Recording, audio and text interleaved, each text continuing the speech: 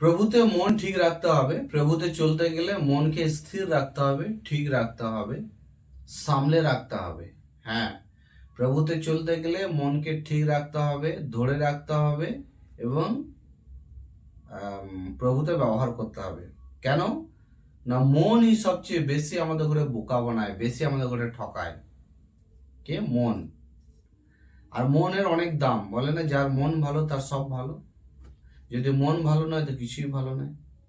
আর ঠিক সেইভাবে আমার প্রিয়, ঈশ্বরও আজ আমাদের দেশের মধ্যে 133 কোটি জনসংখ্যা আছে ভারতবর্ষের মধ্যে, কিন্তু 133 করোড় তাদের মধ্যে ঈশ্বর কি খুঁজছেন? ঈশ্বর কি খোঁজেন মানুষের মধ্যে? সর্বপ্রথম ঈশ্বর সর্বপ্রথম মানুষের মধ্যে রূপ খোঁজেন না, হাইট খোঁজেন না। ঈশ্বর সর্বপ্রথম মানুষের মধ্যে তিনি তাদের মনকে খোঁজেন, মন খোঁজেন। হালেলুয়া। আর এই মনের সম্বন্ধে আজকে আমরা কিছু বাক্য আজ আমরা বাইবেল থেকে দেখব।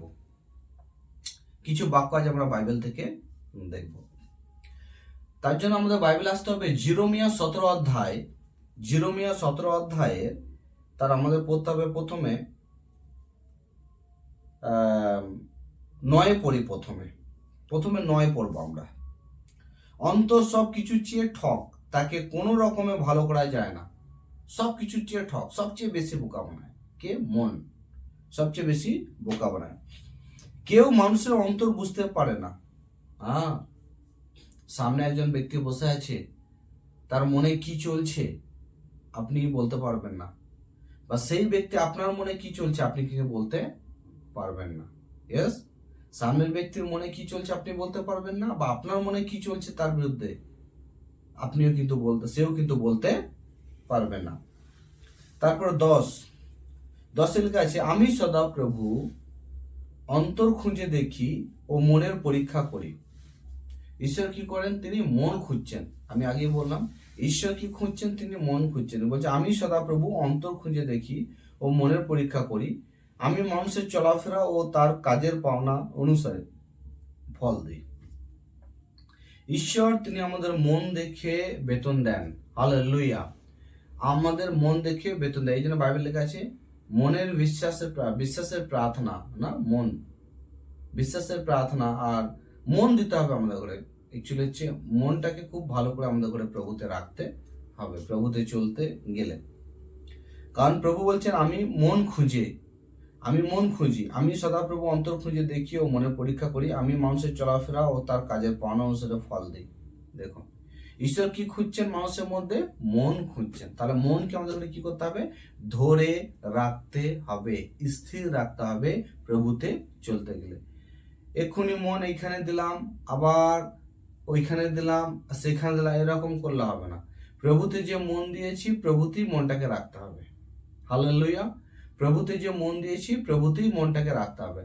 একবার ওই কাজে দিলাম, একবার সেই কাজে দিলাম, একবার প্রভু থেকে সরে গেলাম, এইভাবে মনটাকে এখানে ওখানে নিয়ে গেলে হবে না। তারপরে লেখা আছে আরো যদি আমরা এগিয়ে যাই, তারপরে যব আমরা হিতোপদেশ 6:18, হিতোপদেশ 6:18 আমরা পড়বো। এখানে কি লেখা আছে আমরা দেখব। হিতোপদেশ 6:18,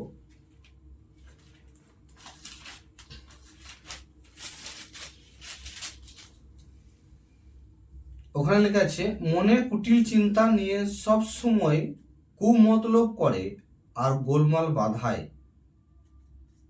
মনে কুটিল চিন্তা নিয়ে সব সময় কুমতলব করে আর গোলমাল বাধায়।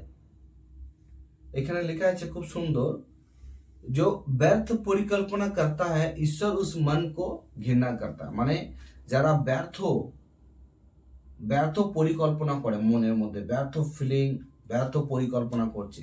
হয়তো আপনি এমন কিছু চিন্তা করছেন মনকে নিয়ে, এমন কিছু ফিল করছেন, এমন কিছু আপনি ভাবছেন, সেটা ঈশ্বরের কাজের জায়গায় কোনো জায়গায় ব্যবহার হবে না, ঈশ্বরের নামে ব্যবহার হবে না সেটা।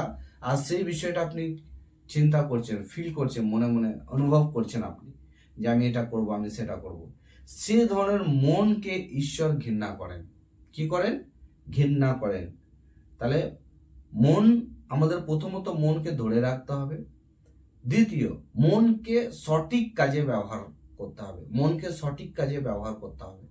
আর মনকে ঈশ্বরের কাজেতে স্থির রাখতে হবে। এমন নয় যে মনকে আমি এখন করলাম, কালকে আবার সরিয়ে নিলাম, পরশু আবার সরিয়ে নিলাম, সানডে দিন আমি নিয়ে এলাম, বাকি দিন আমি অন্য কাজে আবার ব্যবহার করলাম। এরকম করলে কিন্তু হবে না। তারপরে আমরা বাইবেলে আমরা যাব যে মথির সুসমাচার তার 5 অধ্যায়ে আমরা যাব। এইখানে আমরা পড়বো কিছু বাক্য আমরা দেখবো। এইখানে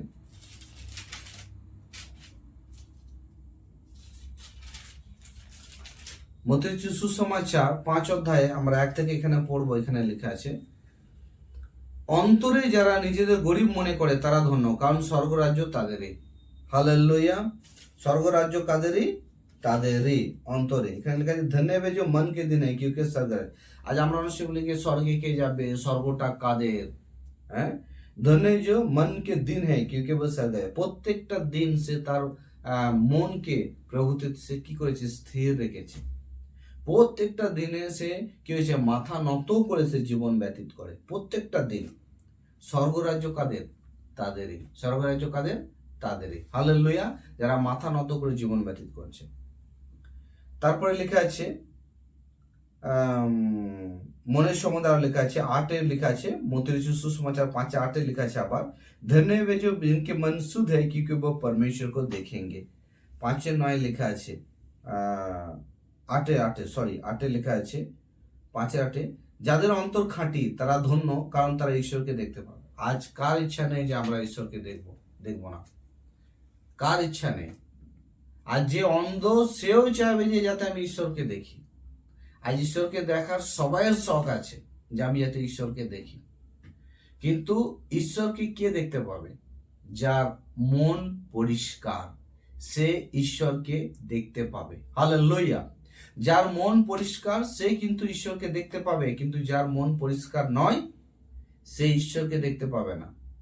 সে কি দেখবে? আমরা ভালোভাবে জানি। সে কি দেখতে পাবে? সে অন্য কিছু দেখবে, সে কিন্তু ঈশ্বরকে দেখতে পাবে না। তো এই জন্য বলছে এখানে মথি 5:8, ধন্য যার মন পরিষ্কার সে কিন্তু ঈশ্বরকে দেখতে পাবে। হালেলুয়া। তাহলে আমরা এখানে দেখলাম মনের সম্বন্ধে, আমরা দেখলাম বাক্যের মধ্যে যে মন আমাদের করে পরিষ্কার রাখতে হবে। প্রভুতে চলতে গেলে পরিষ্কার পরিচ্ছন্ন করে মন আমাদের রাখতে হবে, আর প্রভুতে স্থির রাখতে হবে। মনকে সবসময় এটা ওটা করে লাগালে হবে না, কারণ যে সবসময় ডিসিশন চেঞ্জ করে, মনকে একবার এখানে লাগালে ওখানে ডিসিশন, কারণ বারবার যে ডিসিশন চেঞ্জ করে সবসময়, ঈশ্বর সেই ব্যক্তিকে পছন্দ করেন না।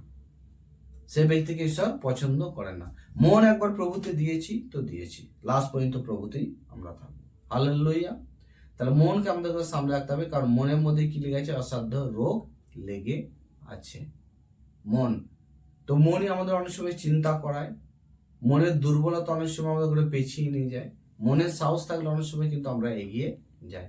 আসুন আমরা চোখ বন্ধ করে প্রার্থনা করি। স্বর্গীয় পিতা প্রভু, যতজন আজ প্রভুকে এই মনের সম্বন্ধে শুনছে, প্রভু জানছে, প্রত্যেককে মনকে তুমি মজবুত করো, স্ট্রং করো, তাদের জীবন থেকে প্রভু তুমি তোমার মহিমা, তুমি রাজাদের রাজা, তুমি প্রভুদের প্রভু। ধন্যবাদ, তুমি এখন পর্যন্ত আমাদের সঙ্গে আছো, আগেও সঙ্গে থাকো।